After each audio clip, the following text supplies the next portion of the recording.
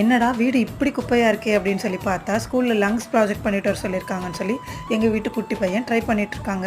காலையிலேருந்து குழந்தை ட்ரை பண்ணுறான்னு சொல்லி கூட அவனுக்கு கொஞ்சம் ஹெல்ப் பண்ணலான்னு சொல்லி கார்ட்போர்ட்லாம் கட் பண்ணி கொடுத்துட்டு இருந்தாங்க. என்னதான் இந்த வேலைகள் எல்லாம் கஷ்டமாக இருந்தாலும் அவங்களுக்கு இதெல்லாம் ஒரு நாலேஜை கொடுக்குதுங்க. சரி, ஓகே, டின்னர் ப்ரிப்பேர் பண்ணலான்னு சொல்லி கிச்சன் கொண்டுட்டாங்க. டின்னருக்கு சப்பாத்தி பெப்பர் கிரேவி மாதிரி பண்ணலான்னு சொல்லி பண்ணிட்டு இருந்தாங்க.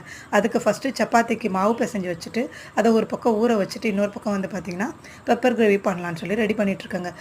பெப்பர் கிரேவி வந்து பார்த்திங்கன்னா குக்கர்லேயே வச்சுருங்க. ஒரு ½ ஹவருக்குள்ளே குயிக்காக பண்ணி முடிக்கணும், ஒரு அவசரமான டைமில் பண்ணணும் அப்படின்னா இந்த மாதிரி கிரேவி நீங்களும் ட்ரை பண்ணி பாருங்கள்.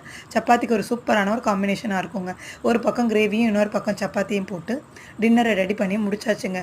டின்னர் முடிச்சுட்டு எல்லாத்தையும் கவுண்டர் டாப்பெல்லாம் க்ளீன் பண்ணிவிட்டு நான், குழந்தைங்க, எங்கள் ஹஸ்பண்ட் எல்லோரும் சேர்ந்து இன்றைக்கி நைட் உட்காந்து ஜாலியாக டிவி பார்த்துக்கிட்டே சாப்பிட்டுட்டு எல்லோரும் தூங்க போயாச்சுங்க.